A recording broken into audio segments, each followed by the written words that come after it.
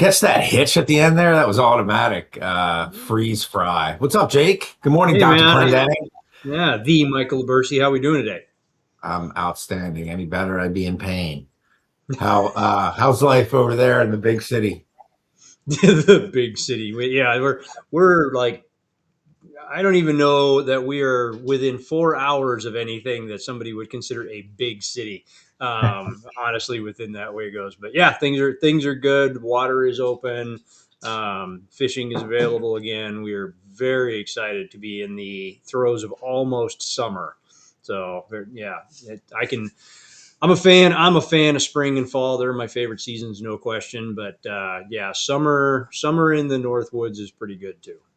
Sweet. I can't get over, I went back and narcissistically listened to some of our podcasts, and that whole stoicism piece, that was a good episode. If you guys haven't, I don't know which one it was, but if you guys haven't checked out that stoicism piece on Total Disruption, on the Apple podcast, or listen to it on Spotify or Amazon or E360, I suggest wherever you're listening to us, you go back and check it out.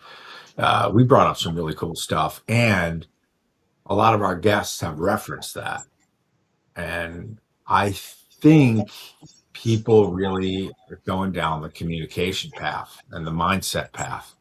So I wanted to talk today about being in a conversation. And if you've ever been in a conversation before, and I find myself doing this sometimes, I try to sometimes, not all the time, right? Most of the time I don't do this because I catch myself, because it's a habit that I have forced myself to break. And it comes from my former profession. I start trying to get on somebody else's page when I'm talking to them a lot. And I start saying things that are maybe not, I wouldn't normally say. I start giving points of view, or I find myself saying things extra. Normally I wouldn't say it. And I wanted to cover that today for the people out there that suffer from this, either in personal conversations or professional conversations. Now, I don't know if you've ever done that before, and I'm not talking about like changing points of view or lying. I'm just talking about like normally, like why would I comment on something that it could be a football play, it could be a paint color, it could be something. I find myself sometimes opening my mouth when I normally wouldn't. What do you think about that? Well, I think that's a human nature piece, and that's I mean, without knowing exactly the context of every one of those conversations, what you're kind of describing to me, I've totally done it. I can't say we've all done it. I mean, I would like to, but I've absolutely done it. And there's a little bit of the desire to be part of the conversation. So that's kind of a out. You're on the outside looking in. Two people are having a conversation. They're kind of, depending on how they're set, they're open to a third party being there, and in order to interject ourselves into the conversation to be part of something, we will make a comment somewhere's like that. Excuse me. Holy cow. Welcome to spring. And I've been fighting it. Mike knows, I was talking about it earlier. Allergies are a thing right now. But yeah, speaking of interjecting yourself into a conversation, there's a way to do it. Just Get shock that. the system. I'm gonna get the mute button ready for you, man. Yeah, get the mute button ready when you see me getting all frothy. Like a Um, little, you're gonna be on timeout. Yeah, but I think it is. I think it's a desire to be part of something. So we are searching for something that we have any anecdote to be able to bring into the conversation. Not that we necessarily have something of value. We just want to be part of it.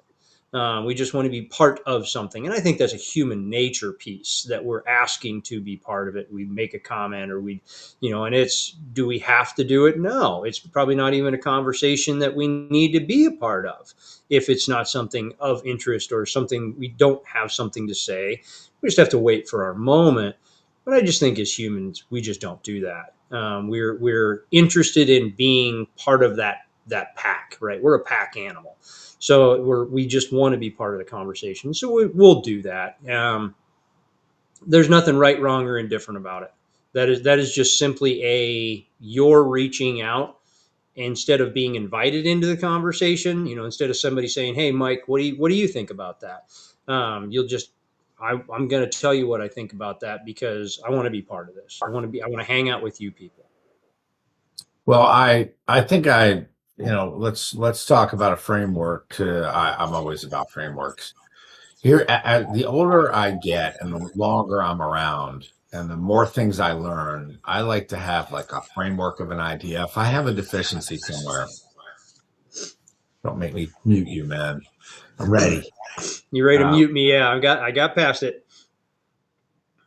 so I like some sort of framework because the way I learn is I start coaching myself obsessively throughout the day and obsessively throughout a 5-7 day period.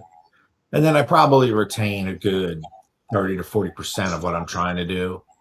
And then I find myself in these situations and I'm like, ooh, I'm in a situation versus shoot, I should have done that in that last situation. So that's just the way I work. And since we're on total disruption and, you know, we're kind of in our world, this is how it goes, right? So I like to think about it in the way of what's the meaning of what I'm trying to do?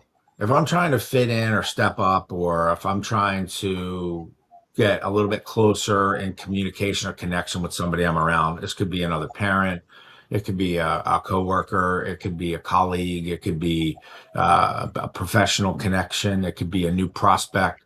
I want to make sure that I'm responsible for what am I meaning here? What is my essence? What's my presence saying to somebody else?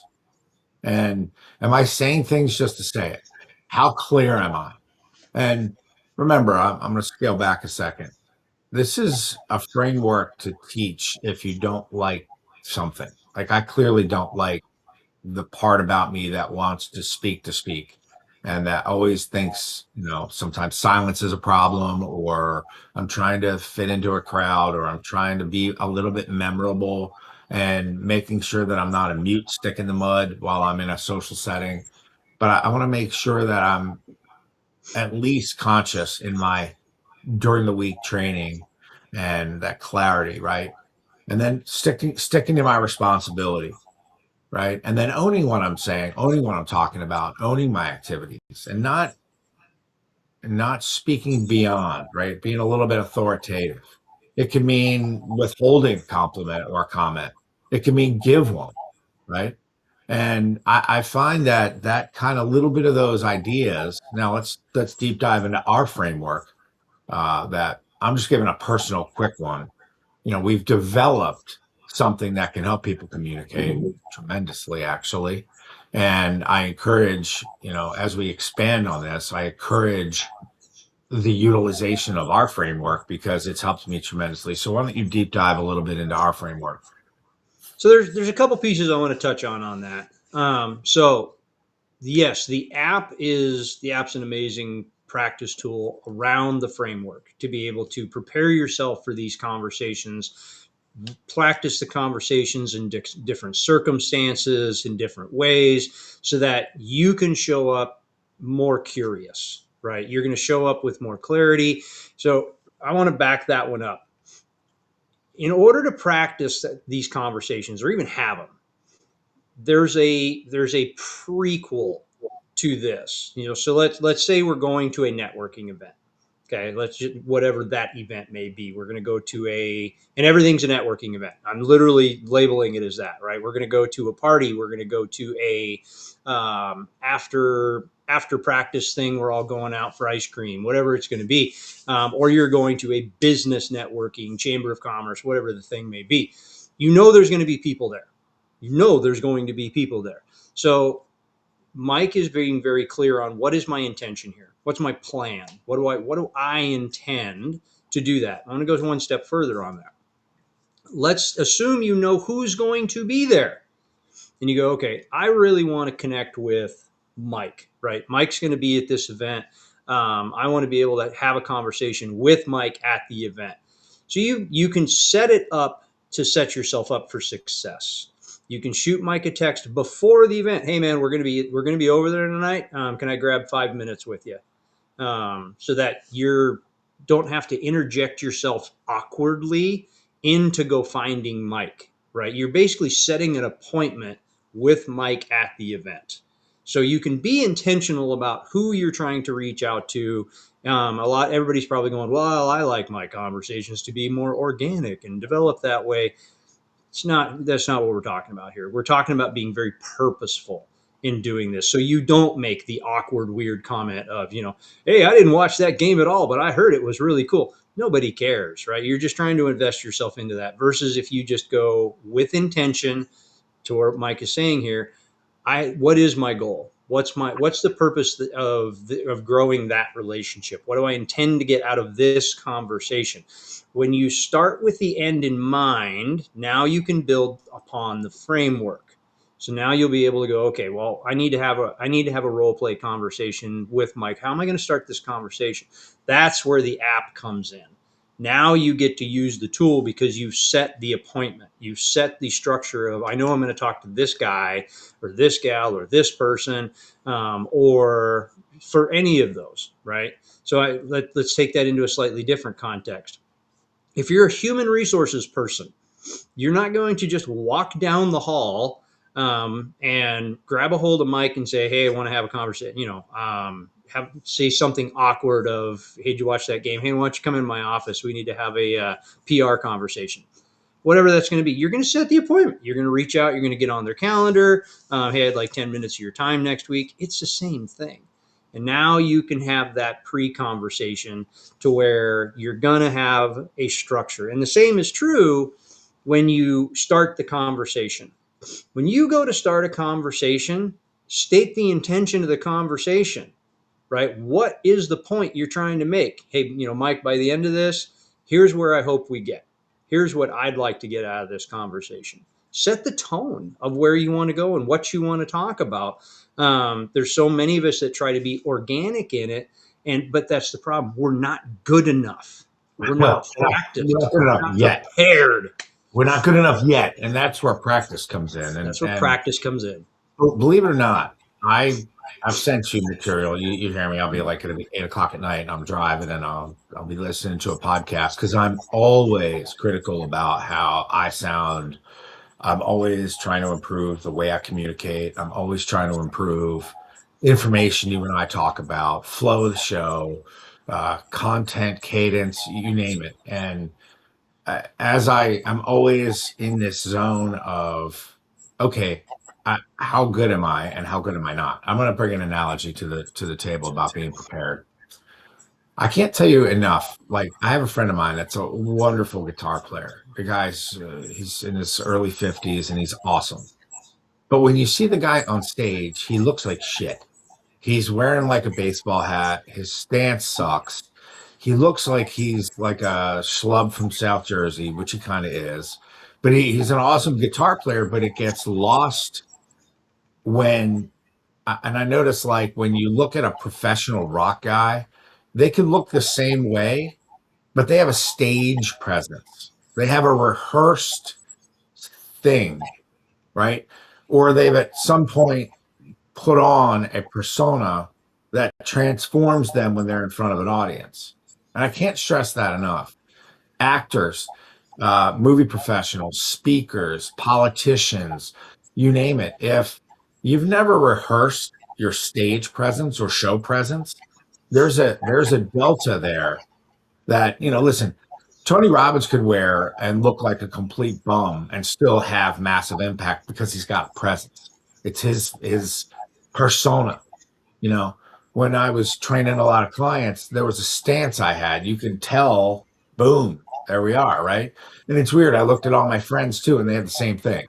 There's a body posture. There's a language. No matter what we were wearing or what we were doing, there was an attentiveness and a presence that flipped on, right? So part of communication is also that confidence and responsibility is your posturing, even if you're in a social setting. Sometimes if you want to change your impact on people and you want to change your influence and you want to increase your span, you're going to practice that as well, because people read emotionally what's going on before they even hear a word. They can see it. If you're tense, you're rushed, you're this, you're that, and they don't really know you, you're going to show it. And having a rehearsed behavior, remember, the idea about communication is giving and getting information with clarity. If you're trying to be of service and add value to somebody's life in a professional setting, you're trying to do as much peripheral work as possible to set the stage and create that tone before one word is even said. If you're trying to achieve a goal and you're truly trying to be valuable, especially if you're in sales, right? Mm-hmm. Especially if you're in speaking, you want to bring that value, bring that transformation. Now, if you're in a social setting and you're just trying to be memorable, like I may not know, I may be at a party and I may not want to retain 15 people I meet as friends, but I want to leave 15 impacts on people that make me memorable so that when they see me again or when they're talking shit about me, at least they're like, hey man, that guy's a good dude. Right. Or hey, I met that guy. He's a pretty solid guy and he had a little something going on. That's the way I think about it now. Right. When somebody meets me from now on, I want to be a little bit memorable. I want to be a little bit, whether it's positive or negative, I want to be a little bit memorable. And I'm really working on that. Now, as we work and work and work and work, sometimes it becomes more natural. A stage presence becomes more natural. I don't want to be the schlub anymore, man. I don't mind being a schlub. Like I don't mind looking a certain way, but I'm never going to be a certain way. And it's a conscious decision because I want our message to be that much better. Now, when we say rehearsal, right, let's talk about the app a little bit more. And next week, May 13th or something like that, right? May 13th, where you and I are going over, is it May 13th or May 10th? May 13th is the when you guys can check out the clinic. Yeah, we're doing a clinic and we're talking about this communication platform that you and I have been always working to perfect. And obviously, being podcasters and coaches and speakers, communication is our wheelhouse. So let's talk about that a little bit before we go further into. Yeah. So let's talk about the stage presence with that. Let's look at the model. So the app is built on a specific piece of science that we have worked on. And we boiled this way down to something incredibly simple. Okay. And the simplicity of this is every single person in every single conversation, period. Go ahead, fight me on it. Send me the messages, reach out to me, DM me, whatever you want to do. Call me, send me smoke signals. Good luck. You can fight me on this. Yeah. Every single person is in one of three states. One of three states. This is an emotional state. This is emotional intelligence space. They're on one of three paths. They're either blue, orange, or red. What does this mean? Blue is aligned, open, stage presence, right? Blue is open, is curious, is wanting to know more, do more. Orange is guarded. It's a little skeptical. I don't know you. I haven't met you. Maybe you're trying to sell me something. We're going to have to work. We're not in a relationship yet. And red is activated. Red is activated. So activated means I am heated. I am unhappy. I'm not cool with what's going on. You did something to me. I just feel really off put by you, whatever that's going to be. It's not just about the other person in that state. You need to understand what state you're in order to be able to get the ultimate goal of every conversation is for both of you to be blue, both of you to be in alignment, to get to agreement. And this comes from psychology, this comes from sales, this comes from a lot of places, but we've boiled it down. This is what is true. Every conversation that has ever gone bad for you, it's because you weren't ready for it. You were in one state, they were in another state. You did not get to agreement. Frequently, and this is where Mike is talking about stage presence. Very frequently, when we go into an unfamiliar room, we are going to be orange. We're going to be guarded. We're going to be skeptical. We may be questioning whether we should be in that room or not, which means we are going to show up guarded. So if we show up guarded, we automatically put that presence, that energy into the space. When we go to have a conversation, you're going to throw somebody else guarded. Now you've got a long road. So the practice is making sure that anytime you step into a room, and there's some tactics and tricks for this that we can teach you otherwise. You've heard me talk about Ring of Fire before on some different episodes way back when, but there's a little bit of this. You've got to be able to step into that room in blue. You've got to be open. You've got to be aligned. You have to be seeking clarity. You have to be in that space of being curious in order to even start to judge the other person, what state they're in.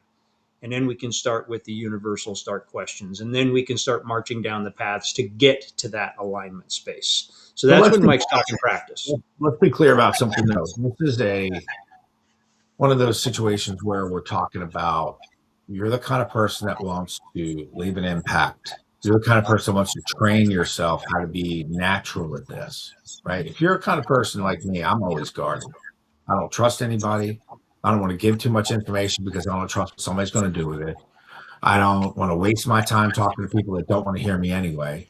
And I'm very good at reading people really quickly and deciphering whether I even want to, I even care about communicating because I know they just want to suck the energy away and hear themselves talk to somebody. But I have to train myself to relax my body language. I can still be like that on the inside, but I can know going in to a social setting, especially a professional social setting, that I'm really trying to make a positive impact and sway with energy. And there's going to be people that I run into. So there's two sub levels, not to get too deep, but I mean, I might as well. There's two sub levels going on at every time. It's not a disingenuous way we're talking about going about things. This has nothing to do with manipulation. What this means is, as we're in these settings, because there's no take two, right? Like if you're at a networking event and you've either paid to go there, paid to get there, or you're at an event of some kind, you might as well maximize the time there. And you might as well say, okay, I went to this event. Let me try to extract at least 1 to 4 positive things out of this thing, whether I'm learning more, I'm ready to apply it next week, I'm meeting new contacts, I'm trying to further the business along. There's got to be something you get out of it. There's got to be something you get out of everywhere you go.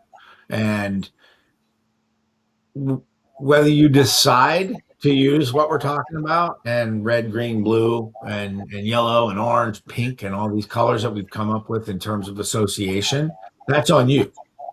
But we, I think, have unearthed the simplest formula. And we've laid out a very simple formula when you're trying to train yourself to up level a little bit in terms of how to deploy this. And the more you practice understanding this, the more valuable you become, and the more you get aligned, and the more you actually transform as a person. I've transformed a little bit as a person. When you first met me, I was really a hard guy. And The first conversation we ever had, if I look back at that one, Mike was orange bordering on red, super guarded, almost activated. Just his overall state, his presence, how he showed up in the room, just what his energy gave off, and his tonality. The first couple 5 words that he ever heard, that's where his energy was in that moment, right? And I could have assumed that is just who Mike is all the time. It's not who Mike is all the time. That's where it is. But we're going to go deeper into this too, because some people are going to ask the question, well, I'm an introvert. This is really, really hard for me. Totally respect that. You feel that direction. And this is for you. This is 100% in that space of how you're going to do it. And because if you're an introvert and you go into a room, you're orange. You are guarded. You are back up against the wall. I don't want to necessarily talk to people. It's the same type of energy as that guarded, aggressive individual, right? That you just don't necessarily want to talk to. The introvert energy is the same thing. So this is for you of practicing getting yourself to blue, open, curious, asking questions. This is how we get engagement. This is how we get in connection and in rapport and in a relationship. I will use the Simon Sinek thing because there's not a better quote that I can play with. I know, I'm a huge fan. People don't buy what you do, they buy why you do it.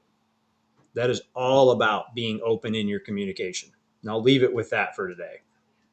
Well, I want to pick up on our next episode. We seem to be doing that a lot, which means that might be itching at long form, or we might have to do something with this because you and I keep getting these great ideas and we keep going to the next episode. But literally, we are going to go to the next episode with this because we're running out of time on this episode. Hey, Jake and I need you to do a favor. If you could go on Apple, if you have a Apple account, and go on the Apple Podcast app and leave us a review, please. We have been told that we need more reviews on there from our marketing team. That would be great. Spotify, Apple definitely is regional, but Spotify also, that would be great too if you're on Spotify. They're global. So I need to actually kick that back to our boy Steve and talk to him about that. Anyway, so listen, guys, kick in next episode. We're going to go deeper into the red, blue, green, all the models and everything that we're talking about. For now, my name is Michael Libercci, and for Dr. J. Clendenning, you were just live on Total Disruption. We'll see you next time.